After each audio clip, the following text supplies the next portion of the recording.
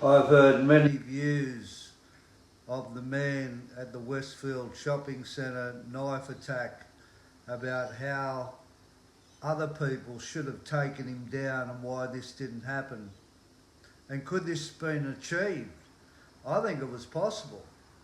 So why didn't it happen?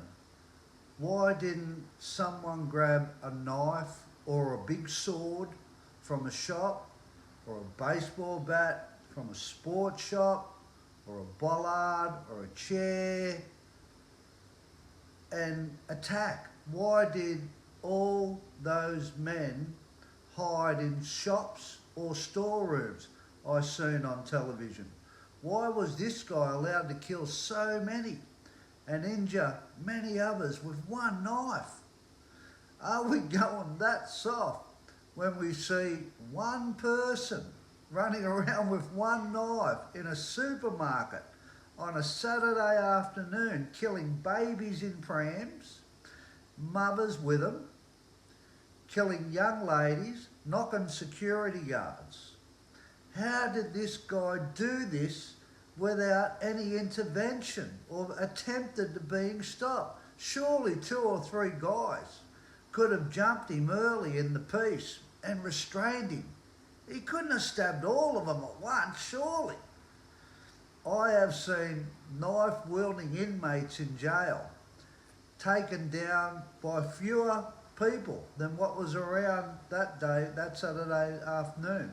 But I have seen one guy stab 2 people. Have males become so scared and immobilised by fear that they have become non-responsive when they are placed in situations to help others? I'm not saying someone attacking other people with a shiv, a knife, a blade is not scary, because it is. But surely to see innocent people get stabbed in front of you and not come up with a plan by yourself or with others to attack back is beyond belief. It is amazing that one person killed 6 people with one knife and injured 12 more with that same one knife. When you're in violent situations, we all act differently.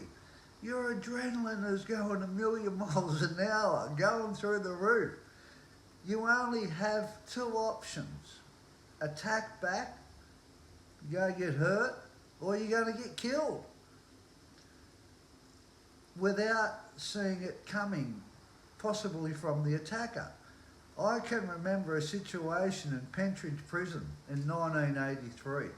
I was being released the next day, it was a Saturday, and I was living in a dormitory with 12 other guys in D Division. I was not from Melbourne, so I was a bit of a fish out of water with mates down there I'd known all my life. So a lot of these guys were close. I was wanted in New South Wales on an extradition, and I got a letter from the DPP that I was going to be extradited after this sentence. I was in the yard one day and a guy said to me, "How long you got to go, Sid?" They used to call me Sid from Sydney. I said, 6 months. He said, "Apply for a leave of absence."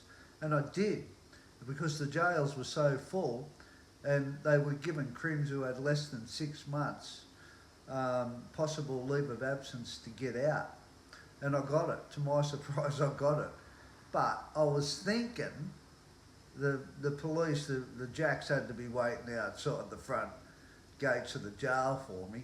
Like, they're not going to let me out without, taking me back to Sydney. I was told, as I said, I was going back.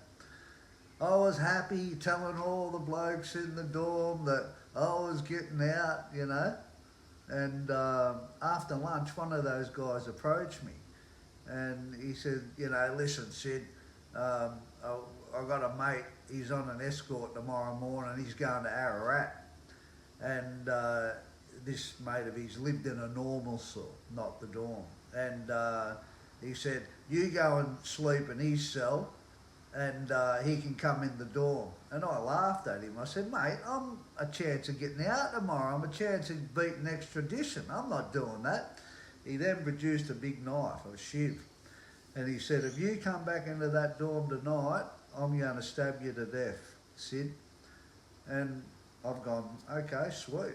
And so I seen a bloke, I got a shiv and carried it that day because I thought, well, okay, it's either going to be me or him. And I thought this attack could happen anytime, could happen during the day. And just before we were going to get locked up, he informed me that they took him off the escort to Ararat and everything was good as gold. Oh, bit of a relief. And I was released the next morning with no police waiting out the front of Pentridge for me to extradite me back to Sydney. Knives are not nice, guns are not nice, and violence is not nice. But sometimes you have to be prepared to fight back or die when in situations that are not nice. You take care and have a great day. Look after yourself.